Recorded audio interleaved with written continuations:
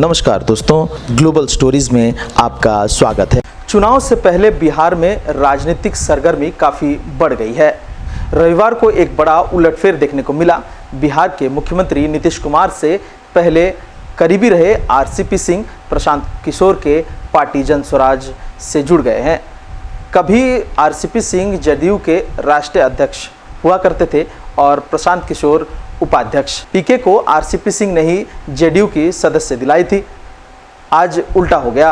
दोनों की जोड़ी बिहार में क्या गुल खिलाएगी या आने वाले समय ही बताएगा, लेकिन राजनीतिक सरगर्मी काफी बढ़ गई है। और सबसे पहले दिल से अपने बड़े भाई आरसीपी सिंह साहब का इस व्यवस्था बदलाव के अभियान में जुड़ने के लिए, साथी बनने के लिए इनका हृदय से धन्यवाद कर रहा हूं, इनका आभार व्यक्त कर रहा हूं।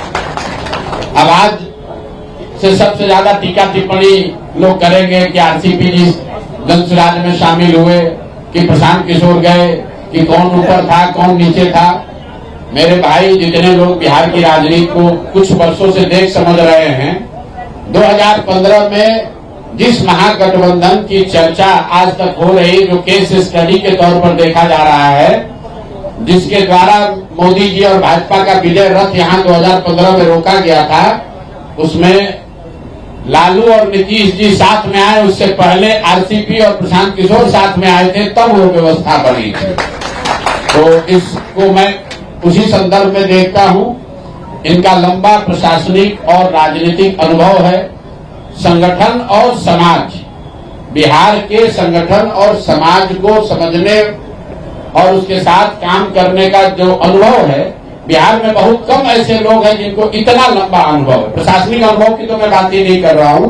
प्रशासनिक अनुभव के तौर पर तो आप जानते हैं, ये आईएएस अफसर रहे हैं, यूपी में लंबे समय तक काम किया है, नीतीश जी के साथ काम किया है, मुझे वो बताने की जरूरत नहीं है।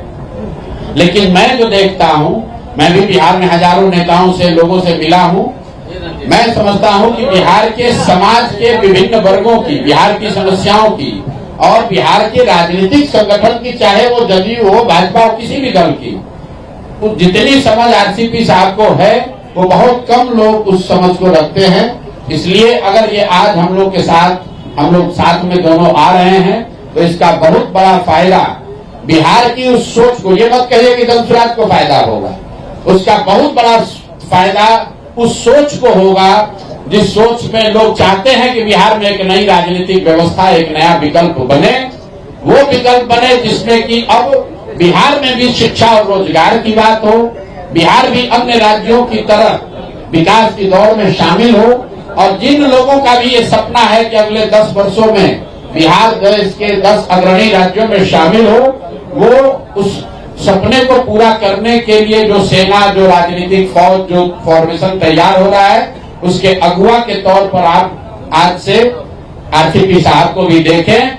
आप सबकी आवाज, पार्टी के बहुत सारे हमारे यहाँ पदाधिकारी आए हुए हैं और मीडिया के सभी साथियों, सबसे पहले तो मैं प्रशांत जी को बहुत बहुत धन्यवाद देना चाहता हूँ कि आज हम तो पिछले सप्ताह में भी सोचे थे कि 18 तारीख को रविवार के दिन आप सबकी आवाज पार्टी का विलय हम लोग जन स्वराज में करेंगे। देखिए, मैं तो इन सब चीजों में विश्वास करता हूं, और आज रविवार का दिन है। हम लोग सूर्य के उपासक हैं बिहार में, छठ की पूजा सब करते हैं, तो आज सूर्य भगवान का दिन है। बहुत ही हमारे लिए तो सुहाग संयोग है, और न मैंने कभी सोचा था, न मेरे किसी साथी ने सोचा था कि इतना शीघ्र ये होने वाला है, लेकिन ये हो गया।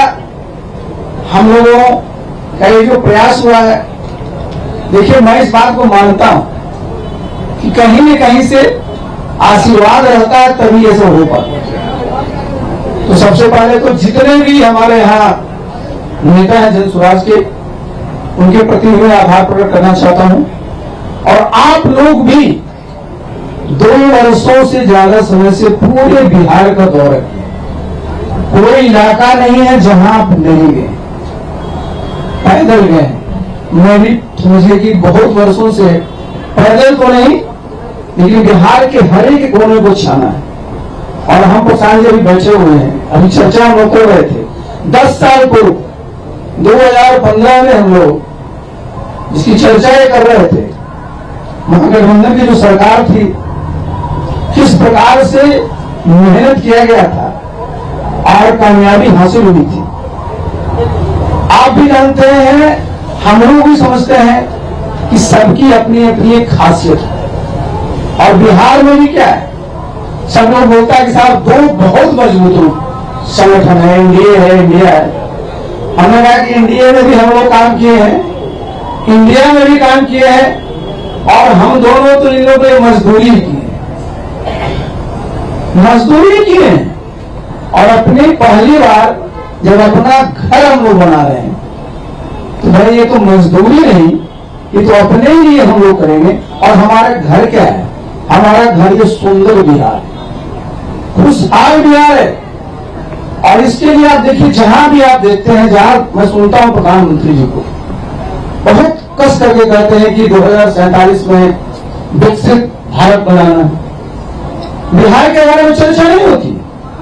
बिहार में कहीं आप लिखा रहेगा विकसित बिहार, लेकिन जितने भी पैमाने हैं, जितने भी मानक, अगर देखिएगा बहुत बहुत पीछे हैं। मैं एक बार नहीं, मैं कई बार मीडिया साथियों के सामने कर रहा हूं, मैं रिपीटिंग करने के बावजूद भी मैं कर रहा हूं। क्या देखिए किसी भी प्रदेश के प्रति व्यक्ति है, भाई भारतवर्ष में करीब करीब 2 लाख रुपया है, बिहार में आज भी 7,000 नहीं पार करता है।